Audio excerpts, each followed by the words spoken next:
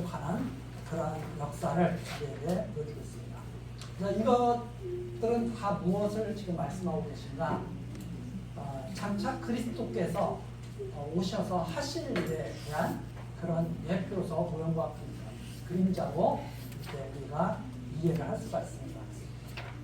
예수님께서 지금도 우리를 위해서 간구하고 계시죠. 성령께서 우리를 위해서 간구하고 계시고 예수님께서 하늘에서 우리를 지금 지키고 계십니다.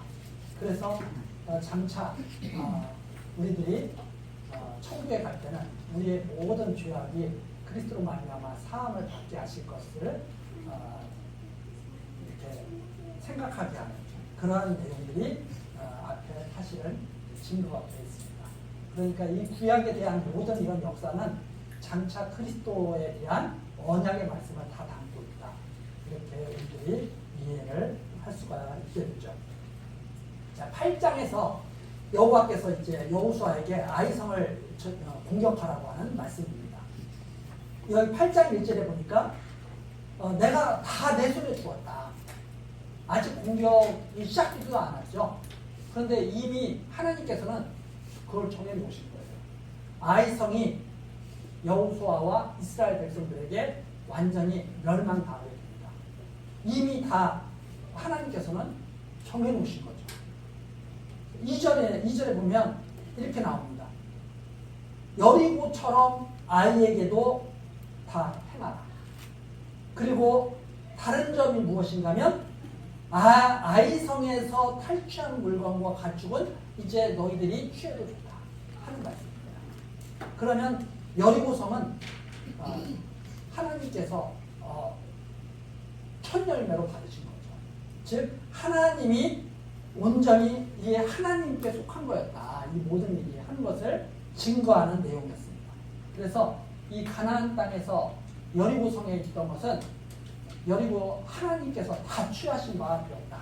그것은 결국 이것이 바로 하나님의 섭리, 인정하는 그런 제물로 하나님께서 받으신 거고, 이 아이성에서는 이제는 너희들이 다 취해도 좋다 하시는 그런 말씀이고, 그 다음에 2절 마지막에 보니까 성주에 복병할지니라.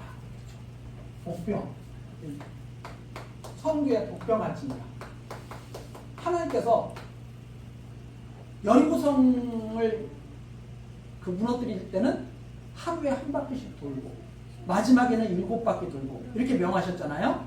이번에는 아이성을 정복할 때는 복병할지니라 이렇게 말씀을 하시죠.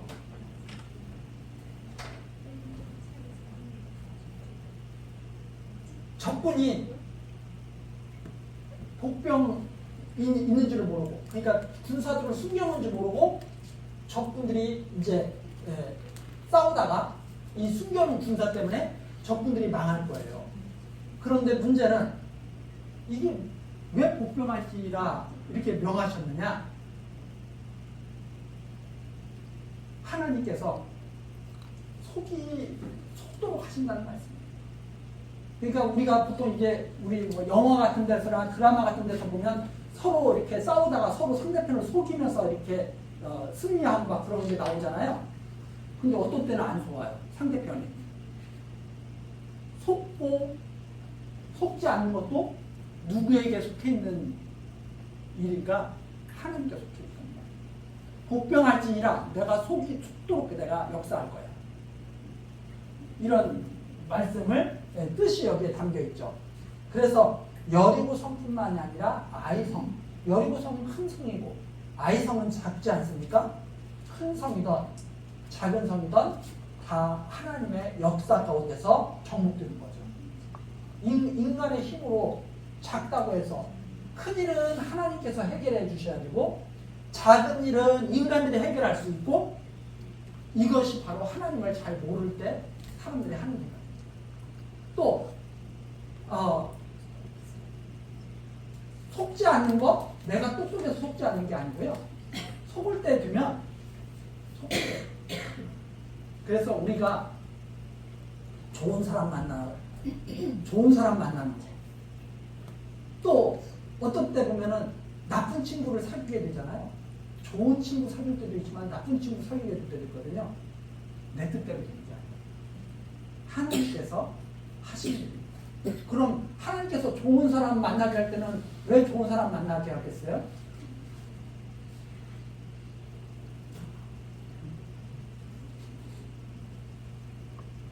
좋은 사람 만나서 잘 돼야 되니까. 그 나쁜 사람 만날 때는 나쁜 사람 만나서 고통당하기도 하고 이렇게 하나님께서 하시는 거죠. 근데 사람들은 이렇게 생각합니다. 내가 좋은 사람 분별해서 내가 사귈 거야. 내가 나쁜 사람은 내가 안 사귈 거야. 하나님께서 버려두시면요, 나쁜 사람 만나서 망하게 돼요. 이게 친구끼리 사업하다가 성공하는 사람도 있죠. 친구끼리 사업하다가 사기당하는 사람도 있죠. 하나님께서 하나님입니다. 그래서 우리가 이 세상을 이렇게 살 때 딱 보고 이해를 해야 돼요. 예를 들어서 나는 그 동물 중에 제일 빠른 동물이 치타라고 그러죠. 치타. 나는 아주 부지런하게 살 거야. 나는 아무나 치타처럼 살 수가 없어요. 내가 만일 나무늘보로 태어났어. 그럼 어떻게 살아야 돼? 나무늘보로 사는 거예요. 자, 천지 만물을 누가 지으셨어요? 하나님이 지으셨어요. 그런데 이렇게 사람들이 이렇게 생각해요. 내가 부지런하게 살 수도 있고 내가 게으르게도 살 수 있다. 아니에요. 나무늘보는 빨리 움직이고 싶어도 잠을 좀 조금 자고 싶어도 많이 자고 늦게 움직여야 돼. 하나님이 만들어 놓으셨거든, 그렇게. 근데 치타는 나무늘보처럼 움직이면 살 수 있겠어요? 못 살겠어요? 제가 이런 말씀을 드립니다. 사람들은 착각하고 있게 어떤 걸 착각하고 있냐면 자기가 주도권을 가지고 있어요. 하나님이 주도권을 가지고 계십니다. 그래서 우리가 다른 사람을 이렇게 볼 때 하나님을 알고 사람을 보면 이해가 더 잘 돼요. 이렇게 하는 거예요. 너는 왜 그렇게 게을러? 너 왜 그렇게 게을러고 막 야단을 막 치잖아요. 왜냐면 자기는 치타처럼 태어나거든. 그 나무늘보처럼 태어난 것을 갖다가 막 야단을 친 거예요. 그거 조금 우리가 좀 생각을 해봐야 돼요. 내가 과연 사람을 잘 이해하고 있을까? 그런데 또 반대로 나무늘보처럼 자기가 태어나가지고 부지런한 사람들은 또 욕해. 저거 뭐 이렇게 치지도 않고 일만 짓다 한 거야. 그러면 이제 나무늘보는 뭘 모르는 거예요? 자기가 최고인 줄 아세요. 나무늘보도 최고가 아니고요. 치타도 최고가 아니에요. 누가 최고신가? 나무늘보도 만들어 놓으시고 치타도 만들어 놓으신 하나님이 최고예요. 그 하나님을 알 때 나무늘보도 나무늘보처럼 살 수가 있고 치타도 치타처럼 살 수가 있는 거예요. 그러면서 하나님이 만들어 놓은 이 세상이 조화롭게 이루어져 가는 거죠. 근데 많은 사람들이 기준을 딱 갖고 있어요. 어떤 기준? 우리나라는 마치 어떤 기준이에요? 빨리빨리. 우리나라는. 그렇죠? 빨리빨리 해가지고 조금 게으른 사람을 갖다가 저건 사람 취급도 못 받는 그런 식이 된 거예요. 그러니까 우리가 제가 지금 뭘 말씀드리는 거냐면 하나님의 주권을 인정하지 않는 이 세상에는 분란이 끊이지 않는다. 하나님의 주권을 인정하지 않는다. 다 네 탓이고 내 탓이고 잘 되면 다 내가 잘해서 잘 되는 거야. 못 되면 다 너 때문에 못 되고. 근데 그걸 가지고 서로 싸워. 자기를 돌아보는 게 아니라. 그리고 자기 자체로 하나님과 자기와의 관계로 그 자체로 즐거워하는 게 아니라 너가 내 뜻대로 했느냐, 네가 내 뜻대로 했느냐, 내가 네 뜻대로 했느냐에 따라서 즐거움과 희비가 엇갈려. 그걸 가스라이팅이라고 한다는 거예요. 내 뜻대로 사람을 만드는 거. 그게 가스라이팅이에요. 그게 아니라 하나님과 자기와의 관계에서 충만해야죠. 그 관계에서 다른 사람과 관계없이 야, 저 사람은 달기가 나보다 나는 달리기가 100m 20초인데 저 사람은 100m가 저 11초네? 좋겠다. 그 사람은 달리기는 11초에 뛸 수는 있지만요. 나보다 하나님은 모를 수 있잖아요. 그럼 누가 더 기쁨을 사실 누려야 되는 거예요? 하나님을 아는 사람이 기쁨을 더 누려야 됩니다. 근데 다 세상 거 가지고 기쁨을 누려요. 나는 저 사람보다 빨리 달려. 나는 저 사람보다 더 많이 모았어. 나는 저 사람보다 키가 더 커. 야, 나는 저 사람보다 차도 커. 매일 이런 거 갖고 기쁨을 누려요. 그게 아니라 무엇을 가지고 기쁨을 누려야 돼요? 그거하고는 아무 상관없이 하나님과 나와의 관계. 그거 가지고 기쁨을 누려야죠. 하나님이 나를 이렇게 만드셨어. 하나님 뜻대로 나는 살게 될 거야. 그렇죠? 내가 달리기를 잘하게 태어났으면 하나님 만드셨으니까 나 달리기 잘해. 그것으로 내가 기뻐야지. 다른 사람보다 내가 빠르니까 기쁘다? 하나님을 모르는 사람들이 생각해요. 그러면 그 사람은 자기보다 더 빠른 사람 나타나면 어떻게 되겠어요? 불행해지. 왜?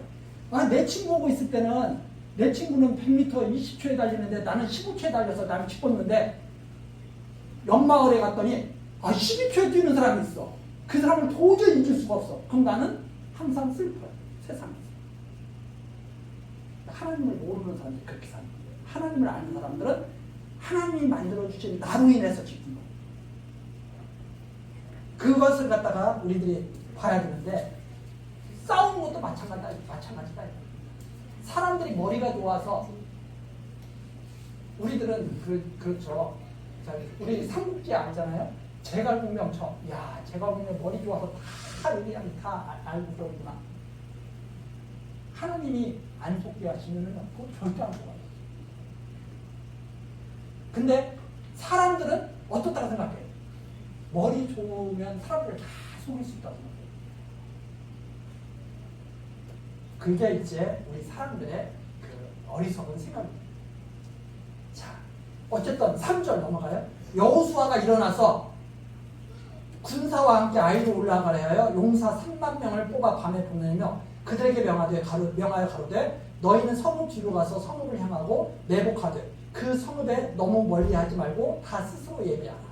나와 나를 쫓는 모든 백성은 다 성읍으로 가까이 가리니 그들이 처음과 같이 우리에게로 쳐 올라올 것이라. 그리할 때 우리가 그들 앞에서 도망하면 그들이 나와서 우리를 따르며 스스로 이르기를 그들이 처음과 같이 우리 앞으로 도망한다 하고 우리의 유인을 받아 그 성읍에서 멀리 떠날 것이다. 우리가 그 앞에서 도망하거든 너희는 매복한 곳에서 일어나서 그 성읍을 점령하라. 너희 하나님 여호와께서 너희 손에 붙이시라. 하나님이 그렇게 말씀하셨으니까. 아이성 사람들은 이렇게 생각할 거라는 거예요. 벌써 다 알고 있죠. 이스라엘 군대가 나가서 싸우다가 도망하는 척하면 야, 저것도 역시 겁쟁이 맞구나 해가지고 이제 마음 먹고 쫓아오게 되면 숨겨져 있던 매복했던 복병들이 그 아이성을 공격하고 그러면 아이성이 정복될 것이다 하는 말이 있습니다. 왜? 여호와께서 그렇게 정해주셨으니까. 여호와께서 너희 손에 붙이시리라. 7절. 이게 하나님이 명하신 대로 이제 성이 정복되는 거죠. 그래서 8절. 너희가 성읍을 취하거든 그것을 불살라 여호와의 말씀대로 행하라. 보라, 내가 너희에게 명하노라. 이것이 바로 하나님 말씀이다 하는 뜻입니다. 하고 그들을 보내어 그들이 복병할 곳으로 가서 아이 서편 베델과 아이 사이에 매복하였고 여호수아는 그 밤에 백성 가운데서 잤더라. 10절. 여호수아가 아침에 일찍 일어나서 백성을 점거하고 이스라엘 장로들로 더불어 백성 앞서 아이로 올라가매 그를 쫓은 군사가 다 올라가서 성읍 앞에 가까이 이르러 아이 북편에 진치니 그와 아이 사이에는 한 골짜기가 있었더라. 즉 아이가 계곡으로 이렇게 둘러싸여 가지고 이게 정복하기가 어려운 곳이에요. 골짜기가 있어요. 아이 성에 들어가려면 골짜기를 지나가야 돼요. 그러니 그게 천연 요새처럼 이렇게 되어 있는 곳이죠. 그래서 이게 정복하기가 참 어려운데 12절. 그가 5,000명가량 택하여 성읍 서편 베델과 아이 사이에 또 매복시키니 이와 같이 성읍 북편에는 온 군대가 있고 성읍 서편에는 복병이 있었더라. 그래서 복병들을 다 숨겨놓고 매복을 다 시켜놓고 이제 아이성 사람들을 속이는 그런 전쟁을 하게 된 거죠. 그래서 13절입니다. 여호수아가 13절 마지막 부분에 나오죠. 그 밤에 골짜기 가운데로 들어가니 그런데 아이성에서 가만히 보니까 여호수아가 정말 어리석은 거예요. 아이성 사람들이 생각하기에. 아니 그 골짜기로 들어가요. 그러면은 아이성 사람들이 공격하기가 훨씬 유리한 그런 표적이 되는 거죠. 야, 저것들이 이제 골짜기에다 다 몰살시켜버리죠. 이렇게 이제 아이성 사람들은 생각을 했는데 14절 아이 왕이 이를 보고 그 성읍 백성과 함께 일찍 일어나서 급히 나가 아라바 앞에 이르러 정한 때 이스라엘과 싸우려 하고 성읍 뒤에 복병이 있는 줄은 알지 못하였다. 안 보이는 거예요, 복병. 그리고 여기 14절에 나오는 것처럼 이게 이길 때다 우리가. 그래서 일찍 일어나 급히 나가. 즉 아이 왕이 어떻게 생각했냐면 야 이게 찬스다 이게 해가지고 나가는 거예요. 자, 찬스를 잘 잡으면 성공하죠. 네. 우리 사람들 그러죠. 기회를 잘 잡아야 돼. 기회를. 누구 마음대로 기회를 잘 잡아요? 자, 아이 왕이 지금 그렇게 생각합니다. 야 저것 봐. 골짜기로 지금이야. 기회가 왔어. 자, 승리할 기회가 온 건가요? 망할 기회가 온 건가요? 그게 누구에게 달렸다고요? 하나님께 달린 거예요. 그래서 우리가 사람들이 기회다 해가지고 딱 잡으면 그게 진짜 기회가 될 수도 있어요. 근데 기회다 해서 딱 잡으면 그게 망할 때도 있어요. 그래서 기회 잡는 것이 사람 뜻대로 되는 거예요? 하나님 뜻대로 되는 거예요?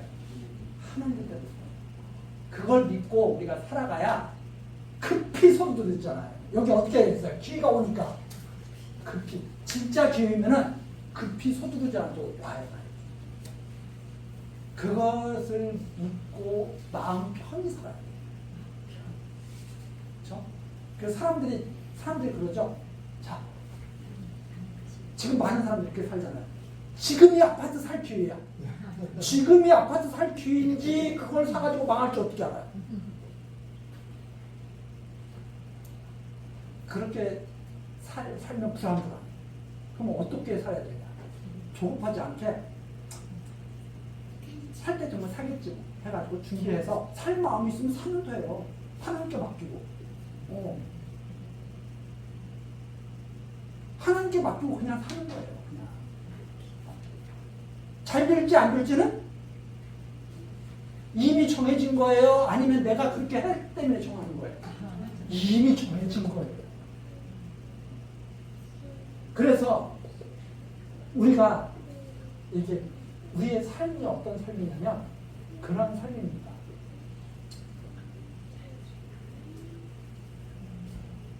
몰라. 잘 될지 안 될지는 모르는데 하나님께서 살게 하신 대로 나는 기쁘게 살아갑니다. 그렇죠? 나는 이 세상에서 잘 되려고 살아가는 게 아니라 하나님이 진짜 계신 것을 배우기 위해서, 알기 위해서 살아가는 거예요. 그래서 정말 내 뜻대로 되나 하나님 뜻대로 되나. 그래서 내가 원하는 대로 계속 되면 하나님을 잘 알 수 있어요? 몰라요? 몰라요. 뭐 어떻게 돼야 하나님 알 수 있어요? 내 뜻대로 될 때도 있고 안 될 때도 있고 이게 계속 반복되면서 믿어져야 돼. 아, 이게 내가 잘해서 되는 게 아니구나. 자, 운전하시는 분들 운전할 때 혹시 그런 경험 안 왔어요? 나 운전 잘하는 걸로 생각해요. 그래도 내가 살아왔어요. 저도 성격이 급해가지고요. 앞에서 운전을 좀 못하고 막 느릿느릿 하고 그러면 어떤 때는 그런 생각이 들어요. 아, 운전을 좀 잘 배워갖고 나오지. 그런데요, 제가 어떤 때 이렇게 가다가 보면 내가 왼쪽으로 이렇게 차선을 바꾸려고 했는데 난 차가 없는 줄 알고 바꾸려고 했거든요. 근데 차가 확 지나가. 가슴이 덜컹해. 내가 운전을 잘해서 사고가 안 난 걸까요? 하나님이 지켜주는 걸까요? 하나님이 지켜주는 거예요. 근데 사람들은 다 그렇게 생각하지 않고 내가 얼마나 베스트 드라이버인데 다 그렇게 생각해요. 자, 우리가 사기당하지 않고 사는 거 하나님이 지켜주신 걸까요? 내가 똑똑한 걸까요? 하나님이 지켜주시는 거예요. 사람들은 자기가 똑똑해서 사기 안 당합니다. 그래서 보이스피싱 당한 사람한테 그런 거예요. 아이고 한심하게 그런 것도 속아? 아니에요. 하나님께서 지켜주시는 거예요.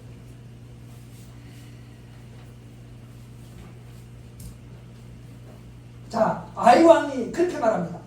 급히 나가자 우리가. 지금 기회다. 15절. 여호수아와 온 이스라엘이 그들 앞에서 거짓해하여 광야길로 도망하매 그 성 모든 백성이 그를 따르려고 모여서 여호수아를 따르며 유인함을 입어 성을 멀리 떠나니. 자, 성을 갖다가 멀리 떠나니 마음껏 이제 쫓아가서 저것들 다 없애버리자. 그렇게 된 거죠. 17절. 자, 쫓아갈 때 신났을까요? 걱정됐을까요? 너무나 신났죠. 저것들 역시 그 오합지졸들이었어. 그러면서 막 신나게 쫓아갔겠죠. 17절입니다. 아이와 베델에 이스라엘을 따라가야지 아니한 자가 하나도 없으며, 그러니까 쫓아가는 사람들 다 쫓아간 거예요. 성문을 열어놓고 이스라엘을 따랐더라. 기가 막히죠. 조심성도 있어요, 없어요?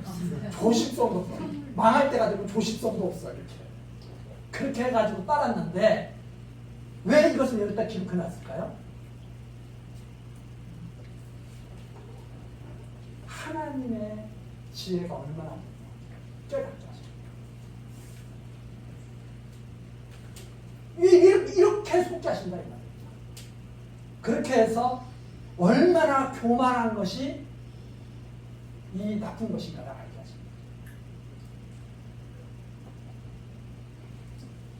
18절입니다. 여호와께서 여호수아에게 이르시되 내 손에 잡은 단창을 들어 아이를 가르치라. 단창을 들어서 아이를 가르치라. 즉 신호하라 이 말입니다. 신호. 그럼 단창을 들어서 복병들 숨은 곳에 신호를 딱 하는 거예요. 그럼 빛이 반짝이면서, 그렇죠? 창 끝에서 반짝반짝하면서 신호가 가겠죠. 내가 이 성읍을 내 손에 주리라. 여호수아가 그 손에 잡은 단창을 들어 성읍을 가리키니 그 손을 드는 순간에 복병이 그 처소에서 급히 일어나 성읍에 달려들어가서 점령하고 곧 성읍에 불을 놓았더라. 우리가 성을 완전히 점령했습니다. 해가지고 완전히 표식을 한 거죠. 20절. 아이 사람이 뒤를 돌아본즉 그 성읍의 연기가 하늘에 닿은 것이 보이니 이 길로도 저 길로도 도망할 수 없이 되었고 광야로 도망하던 이스라엘 백성은 그 따르던 자에게로 돌이켰다. 도망가다가 갑자기 돌이켜가지고 아이 왕을 갖다가 아이 왕과 그 군대를 공격하게 된 거죠. 21절입니다. 여호수아와 온 이스라엘이 그 복병이 성읍을 점령함과 성읍에 연기가 오름을 보고 다시 돌이켜 아이 사람을 죽이고 복병도 성읍에서 나와 그들을 치매 그들이 이스라엘 중간에 든지라. 혹은 이 편에서 혹은 저 편에서 쳐 죽여서 한 사람도 남거나 도망하지 못하게 100% 완습니다. 아이 왕을 사로잡아 여호수아로 끌어왔더라.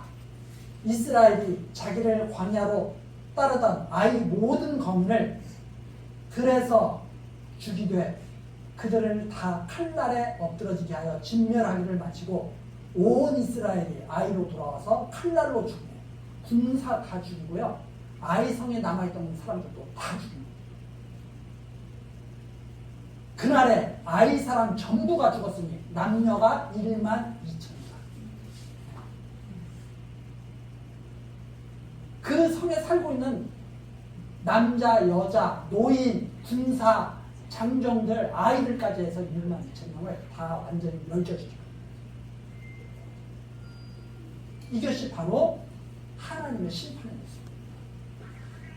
이건 사람이 심판하신 것이 아니라 하나님이 심판하신 거예요. 우리 아브라함 때 제가 계속 말씀드리지만 아브라함 때 그렇게 말씀하셨잖아요. 400년 내가 아무리 족속의 죄악을 심판하시겠다고. 자, 그래서 우리가 이것을 사람끼리의 싸움이라고 보면 이게 이해가 안 돼요. 왜? 어떻게 사람이 사람을 이렇게 죽여? 이해가 안 되는데 하나님이 죄악을 진멸하신 거예요.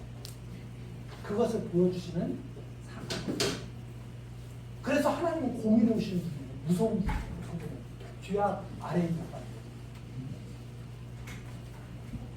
자, 그래서 이 아이 사람 전부를 주겠다고 하는 것, 이것은 뭐 인본주의에 입각해가지고 이걸 이해해서는 그건 도저히 이해할 수 없는 사건입니다. 왜? 노아의 홍수 때도 마찬가지예요. 노아의 홍수 때도 마찬가지고 이게 하나님의 진노, 하나님의 심판.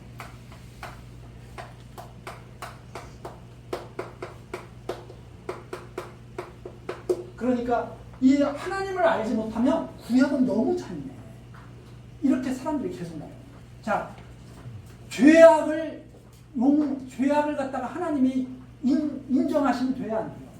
하나님은 죄악을 절대 인정하시지 않아요. 그래서 우리의 죄도 어떻게 속죄하신 거예요? 대속 제물을 하나님이 받으셔서 속죄한 거예요. 우리 대신 그리스도를 십자가에 죽이셔서 십자가에 달리게 하셔서 우리 죄를 택하신 거예요. 그래서 우리가 죄를 하나님이 그냥 용납하신 게 아니에요. 우리 죄를 대신 갖게 하셔서 용납하신 거죠.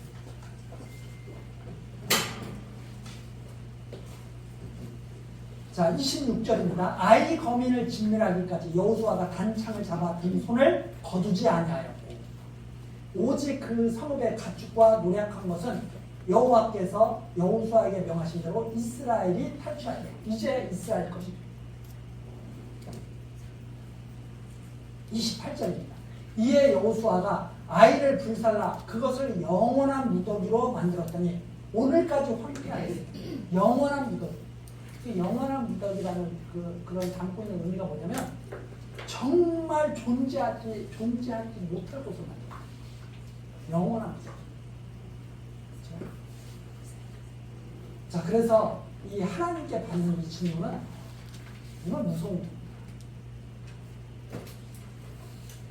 오늘까지 황폐하였으며 29절 그가 또 아이 왕을 저녁 때까지 나무에 달았다가 해질 때에 명하여 그 시체를 나무에서 내려 그 성문 어귀에 던지고 그 위에 돌로 큰 무더기를 쌓았더니 그것이 오늘까지 있다. 아이 왕도 죽은 후에까지 완전한 수치를 당해요. 그 아이 왕은 아이성의 대표가 아닙니까? 죽음으로 끝나는 게 아니라 죽은 후에도 아주 수치를 당하게 그렇게 된 거죠. 이것이 바로 하나님의 심판의 문제입니다. 그래서 이것을 갖다가 다시 한번 말씀드리지만 뭐 인본주의에 입각해가지고 이런 성경을 이렇게 보고 도저히 이해하세요. 어떻게 하나님께서 이렇게 잔인하시나 이런 말을 하는 사람들은 하나님을 알지 못할 뿐 아니라 자기가 얼마나 잔인한지 모르고 사실 그 사람이 잔인해요.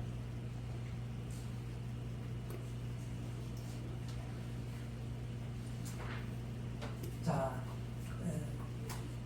30절입니다. 때 여호수아가 이스라엘의 하나님 여호와를 위하여 에발산에 한 단을 쌓았으니 이는 여호와의 종 모세가 이스라엘 자손에게 명한 것과 모세의 율법책에 기록된 대로 천연장으로 다듬지 아니한 새 돌로 만든다.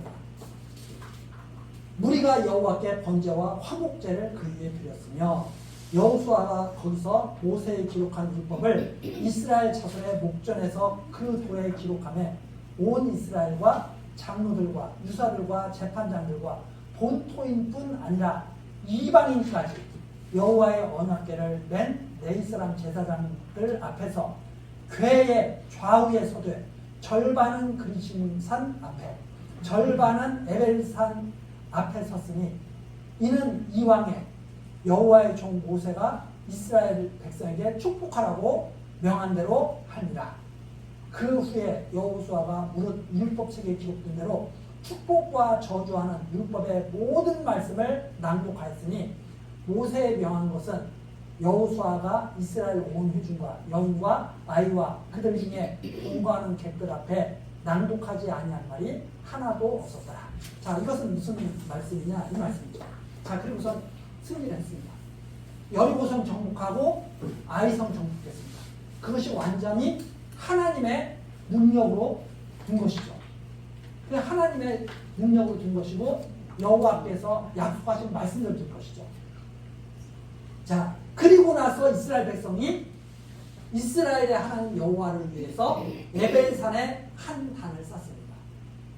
이 에벨산에 한 단을 쌓는 것은 우리는 여호와 하나님만을 섬기겠다고 하는 그런 이제 의지의 표현인데 이것이 31절 나온 것처럼 모세가 명한 대로 됩니다. 모세가 이미 앞에서 우리 살펴봤잖아요. 에발산 저주를 선포하는 산이죠. 그 다음에 그리신산 축복을 선포하는 그런 이제 산이 되겠죠. 근데 어떻게 했느냐? 이렇게 했습니다. 모세가 율법책에 기록된 대로 모세의 율법책에 기록된 대로 31절 다듬지 아니한 새도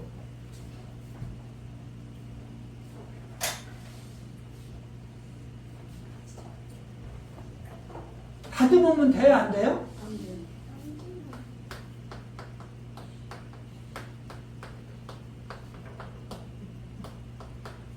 다듬지 않은 돌로 쓰는 거예요. 이게 무슨 뜻을 갖고 있습니까? 하나님이 주신 대로 쌓는 거예요. 하나님이 만들어 놓으신 대로. 그렇죠? 이 돌을 갖다가 사람이 다듬어가지고 하나님께 그 제사 드리는데 보기 좋게 만들어야 된다고 사람이 그걸 다듬어가지고 멋있게 보이게 쌓을 수 있잖아요. 하나님이 절대 그렇게 하지 못하게 하셨어요. 모세를 명했어요. 단을 쌓을 때 어떻게 쌓아야 되느냐? 다듬지 않은 것으로 쌓아. 이 말은 다시 바꿔 말하면 하나님이 주신 그대로 쌓아. 인간의 손이 들어가지 않죠. 어떤 거예요? 하나님이 받으신 그 제단에 인간의 손이 들어가죠. 다듬지 않은. 그걸 어디에다 쌓느냐? 에발산에 쌓았다. 그 에발산에 뭐가 있어요? 그 에발산이 바로 그 저주를 선포하는 그 산입니다. 거기에 단을 쌓죠. 그래서 거기에서 여호와께 번제와 화목제를 드립니다.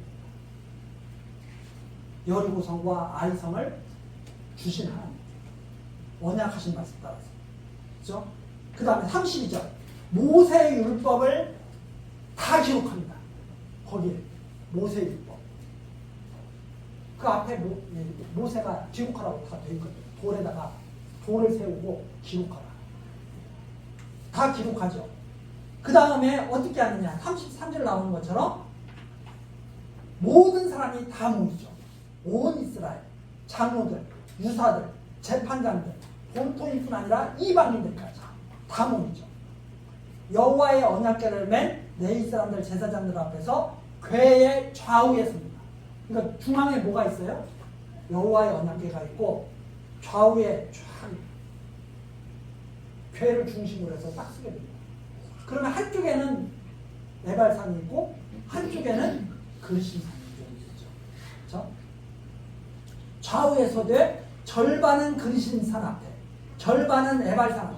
그러니까 에발산과 이렇게 궤, 이스라엘 백성들이 단을 쌓고 율법을 쫙 기록하고 그 다음에 하나님의 언약궤가 있고 좌우에 다 이스라엘이 다 쓰는 거예요. 이스라엘. 이스라엘. 자, 그런데 이미 하나님이 나눠놓으셨죠?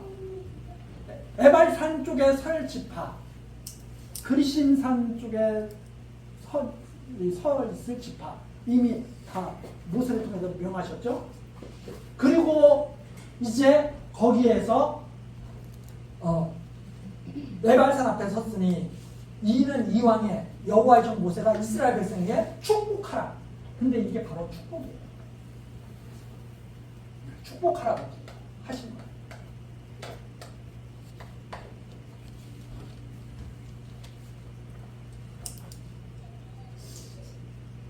자, 지금 에발산은 저주를 선포하는 곳이잖아요. 근데 에발산에 뭐가 세워졌어요? 여호와의 단. 여호와의 단이 세워지고 번제와 화목제를 드리죠.